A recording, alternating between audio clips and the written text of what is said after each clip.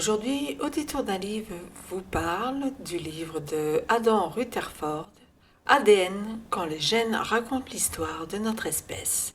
Un livre paru le 21 mars 2018 aux éditions Larousse.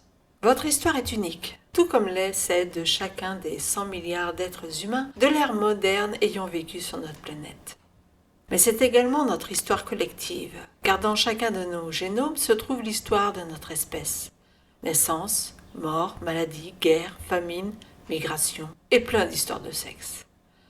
Dans un périple captivant à travers l'univers en expansion de la génétique, Adam Rutherford nous révèle ce que nos gènes nous disent aujourd'hui de notre histoire et ce que l'histoire nous apprend sur nos gènes.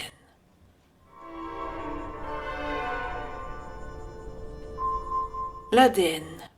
Mystère de nos gènes qui nous définissent au cœur de nombreuses recherches et qui nous permettent à nous, simples mortels, de découvrir, via un échantillon de salive, un peu de nos origines.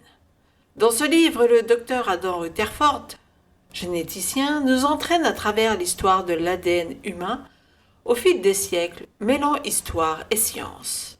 Si les 400 pages de cet ouvrage peuvent paraître longues par leur densité et par les quelques redites et coquilles qui l'abreuvent, le contenu général est diablement passionnant. Le livre se découpe en 2 parties, scindées chacune en 4 chapitres principaux. Ces 2 parties sont notre venue au monde et qui sommes-nous aujourd'hui. L'auteur remonte le temps et distille les découvertes faites sur le génome humain, en donnant la part belle à la résolution du décodage de l'ADN et des travaux qui en ont suivi. Ceux-ci ont permis notamment de comprendre que les 7,8 milliards d'êtres humains qui peuplent aujourd'hui la Terre descendent d'une poignée d'hommes et de femmes, dont le nombre correspondrait à peu près à la taille d'un village.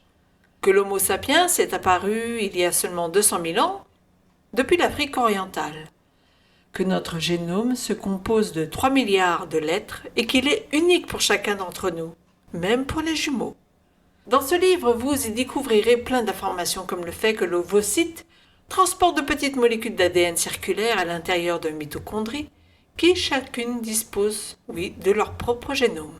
Qu'il y avait sur Terre au même moment au moins 4 espèces humaines, dont Néandertal, Sapiens, Denisova et une espèce encore fantôme à ce jour. C'est-à-dire une espèce qui nous a légué de l'ADN mais dont nous ne savons rien. Ces espèces se sont accouplées et nous avons conservé donc dans notre ADN des traces. Mais peu à peu ces traces, ce même génome se débarrasse de cet apport. Il y a en fait 22 espèces humaines qui ont été à ce jour découvertes. Mais savez-vous que certains ancêtres ne nous ont légué aucun gène ? Savez-vous également que le gène de la parole est le FOXP2 que possédait également Néandertal, que nous avons 4000 gènes liés aux odeurs, que c'est le gène MC1R qui encode un pigment de la peau et des cheveux et que sur ce gène un simple changement de lettre, G en C, vous donne des cheveux roux. Vous apprendrez également que les Tibétains présentent une faculté d'adaptation à l'altitude qui proviendrait des Denisoviens, que les singes ont 24 paires de chromosomes quand nous en avons 23. En fait, oui, nous en avons aussi 24 à l'origine, mais le chromosome 2 est le résultat d'une fusion de 2 chromosomes. Vous apprendrez également que les Européens doivent le fait de boire le lait au gène LCT qui encode la lactase, grâce à des villageois polonais qui sont les premiers à avoir transformé et bu le lait. Que si vous possédez un quart d'ADN norvégien, vous pouvez vous dire qu'il résulte des invasions ayant eu lieu vers 916 et que ces mêmes Norvégiens se sont installés sur place.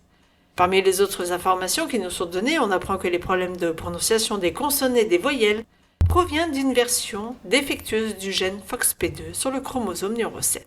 Qu'une grande partie de votre génome ne code pas des protéines mais servent à planifier l'architecture de votre ADN et que celui-ci ne cesse de se dérouler, s'enrouler en permanence, ainsi qu'à d'autres tâches que les scientifiques doivent encore découvrir. Que les hommes sont plus souvent daltoniens que les femmes, oui, parce que chez la femme, le 2e chromosome X peut compenser une opsine défectueuse du premier, et qu'une femme sur 8 est capable de voir en tétrachromie, grâce à une duplication aléatoire de cette même opsine.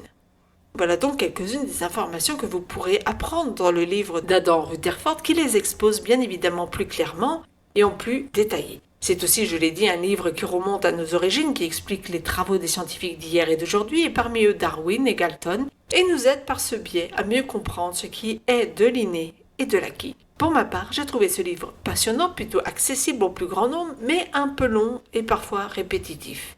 Cependant, cet ouvrage comblera ceux que le sujet des gènes intéresse et pourra même amuser certains autres par ses diverses informations. À compléter avec ce livre ADN, vous pourrez lire également Dernière nouvelle de Sapiens, Sapiens, une brève histoire de l'humanité chroniquée ici sur la page YouTube, et Néandertal à la recherche des génomes perdus. Si vous avez aimé cette chronique, n'oubliez pas de mettre un pouce vers le haut, de partager sur les réseaux sociaux afin de nous faire connaître et de vous abonner à la chaîne. Je vous dis à très bientôt et je vous souhaite une bonne lecture.